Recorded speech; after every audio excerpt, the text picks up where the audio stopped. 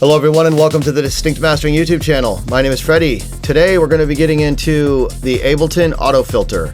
There's a lot of videos out there, but I had some requests to do videos on all the Ableton instruments and effects, and I've been thinking about doing it for quite some time, so that's what we're going to do. We're continuing. This is number 2 of this series. Just wanted to remind you, in 2025 I launched my membership section. I have a basic supporter tier on YouTube and Patreon that you can just support the channel, or I'm also giving away a lot more bonus content in the Patreon creator tier.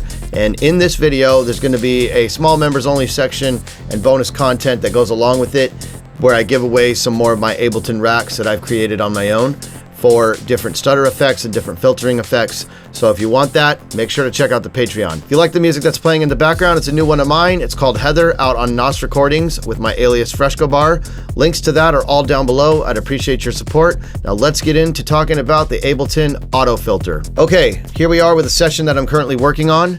And I have a bunch of auto filters used in creative ways on this track. But to begin, I'm just going to go ahead and play you the songs to get a context of it, get you some music. Then we're going to talk about the auto filter overview and get into the specifics. So this is what the track currently sounds like.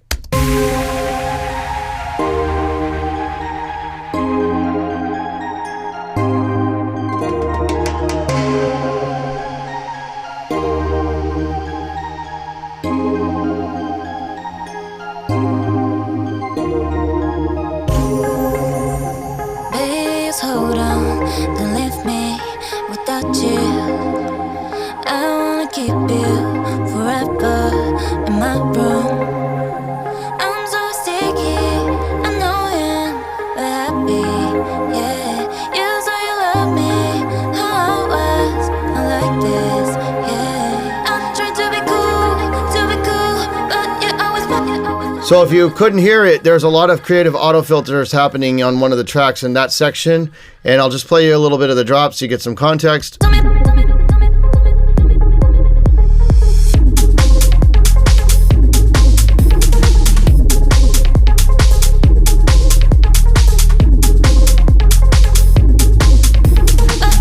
So very cool stutter house stuff, and I did a whole video on stutter house effects.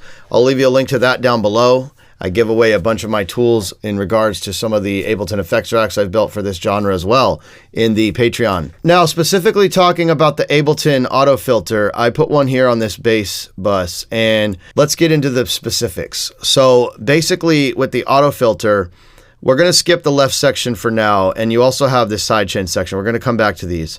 But in the middle here, you just see the spectrum. And what you have are these filter types. Just like an EQ, you know, you have your low pass, high pass, band pass, notch, and then you have morph. So with the morph knob, basically what's going to happen here is it's going to swap between low and high pass, and you can control that. You can control the shape of it, low pass, band pass. You can see that it has its own controls here. And it's basically just going to morph between all of these, as you see like this. So you could automate this knob as well and just get some really wacky, cool filtering effects. And so as you see, if you switch, you can get different types of filtering here. And as I move this, it just changes. So, you know, you have all of the different options right here. Now, please note, in different filter types, you're going to get different options in this drop down. Now, I'm going to talk about what these different filter types are real quick. And this is just taken straight from the Ableton reference manual. The clean circuit option is a high quality CPU efficient design that is the same as the filters used in EQ8. The OSR circuit option is a state variable type with resonance limited by a unique hard clipping diode. This is modeled on the filters used in a somewhat rare British monosynth. The MS2 circuit option uses a Salin key design and soft clipping to limit resonance.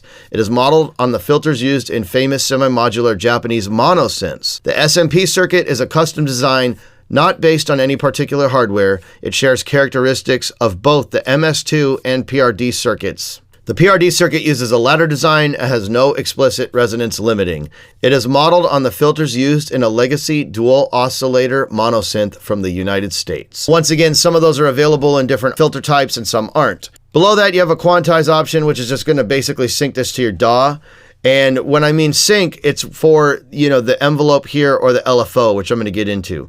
So you have your filter type and you have your resonance. Now, so getting into what this envelope is doing, all this is basically doing, it's not visually doing anything, but you can imagine that it's kind of creating a slow attack and a release. So it's kind of moving it. That's essentially what an envelope does in a synth, and it's basically creating movement to the filter. The same goes for the LFO. With this, if you have different shapes here, so you have your basic shapes, sine wave, square, triangle, reverse sawtooth, and then you have these sample and hold. So this sample and hold with the colored up block diagram looking thing actually has different modulators between the left and the right, whereas this single line one is the same on left and the right. So that's the difference there. Please do note that you can change the LFO into hertz, or you can change it into a standard grid value rate as well, and you get different options based on these. Now you have a phase and an offset knob, just like any normal LFO. If you want to go on a sine wave, for example, completely 180, you can do so. That's going to keep things different and going to give you some cool filtering effects. The offset is going to just shift this over. And then please note, if you go back to just hertz, you're going to have different options here, which is going to be the phase control, or you can change it to spin. There's not really much difference between the two, but the spin is supposed to emulate it spinning around a circle. Lastly, you can open up this sidechain section here, so you can then trigger with a sidechain.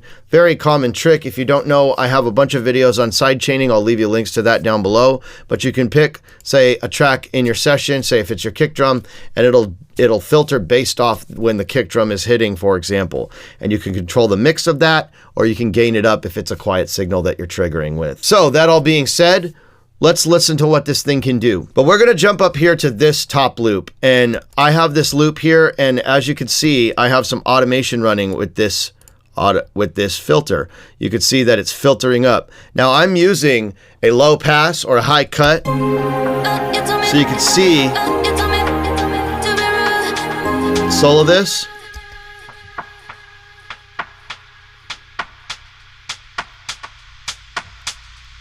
That is one of the most basic use cases of a filter, and it's super simple to do. Very common trick, especially in dance music. Try it for all genres. Having movement within your tracks can really create depth into your music. I'm going to show you some other examples of how I use this to give you ideas to explore more than just the basics. But I want to talk about another basic filtering move, and that is to, say you want to filter up the bass. Another common thing to do might be to do something like this. And maybe in, say, a section over here, you kind of bring this up. So it's filtering like, cutting the lows out. I wouldn't do this for this section personally. Let's unsolo.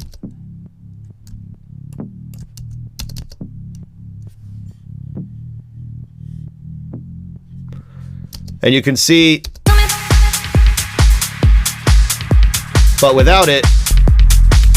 So I'm just taking all the low end away. That could be really good and handy for things like intros or things where you want to cut some low end, but then you want to hit them hard again.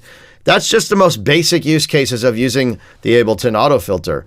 But let's get into some more strategic ways and more sound design, creative ways that you can use this thing. Okay, so I'm going to solo and loop this section right here. And this is an area where I have this keyboard and this pad. And as you can see on this pad, I have a lot going on with this auto filter. I have all this automation happening. Up here, the filter's higher, it's more open.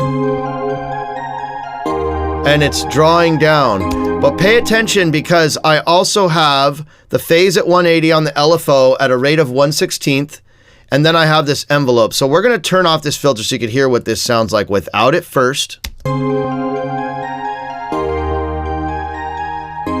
So instantly, you can hear how much drastic difference this auto filter is making to this one sound. Let me solo it. And I'm going to bypass it.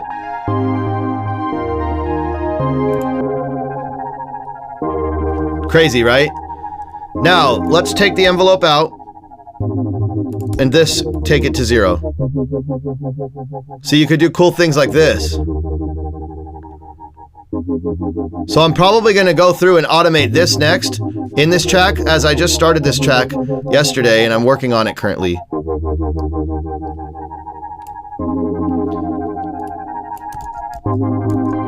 So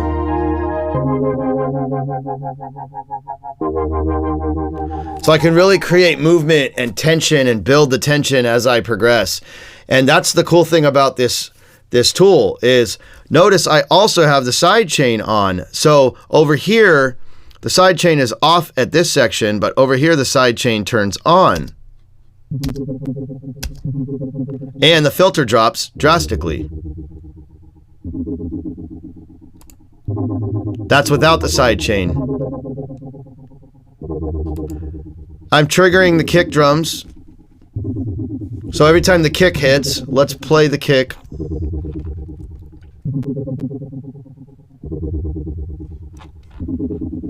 Let's play that with this.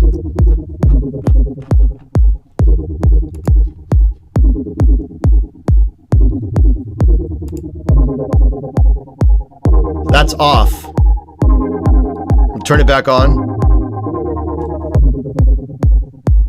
So it just ducks it a little bit. It's kind of moving based on the side chain. I only have the mix at 64.3%. But with all of these creative little moves, I'm creating a lot of movement in this track. I'm creating a lot of depth, dynamics, just things to keep the listener interested. It's all ear candy and it's all subtle. Some of it is drastic, but it really just helps. Let's take a look at another sound here. I've got these plucks, and with this, I've got these like stutter house racks that I've personally made.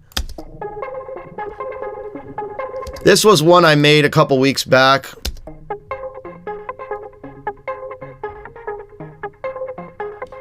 I'm gonna unsolo.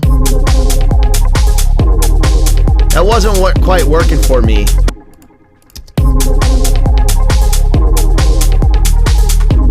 So I ended up making this one.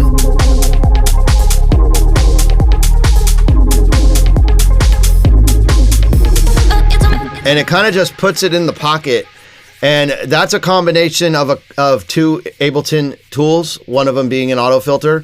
And I'm going to be giving these away in my Patreon creator access tier. So make sure you go check that out. I'm also going to be creating a little members only video to get a little bit more in depth on this stuff. If you're interested, check out the membership section of my YouTube or Patreon. Well, that's the Ableton Auto Filter in a nutshell. I don't use it as much. I like the FabFilter Simplon, but when I want some movement and things, it's a cool tool to try. I am going to be doing more videos on all of the Ableton instruments and effects, so let me know in the comments which ones you want to see. I'll admit, I'm not a user of all of them, and I think it's going to be good for me to learn them too, so that I'll learn them and teach them to you. I'd love to hear what you guys think. Thanks for being a loyal member. If you aren't, check out the membership section. I've got a lot of cool stuff that I'm starting in 2025 over there, and I appreciate the people that have signed up so far. Once again, if you like the music that's playing in the background, it's a new one of mine out on NOS Recordings with my alias Freshcobar, and it's called Heather. We have a very cool story on the NOS Recordings social media channels to go along with that, so make sure to check that out. And if you are new to the channel, please consider subscribing if you found this helpful. That like button will tell YouTube you liked it, and I'd love to hear from you in the comments. The bell notification after hitting subscribe will keep you up to date on future videos. Thanks again for watching. My name is Freddie from Distinct Mastering, aka Freshcobar, and I will catch you on the next video. Peace.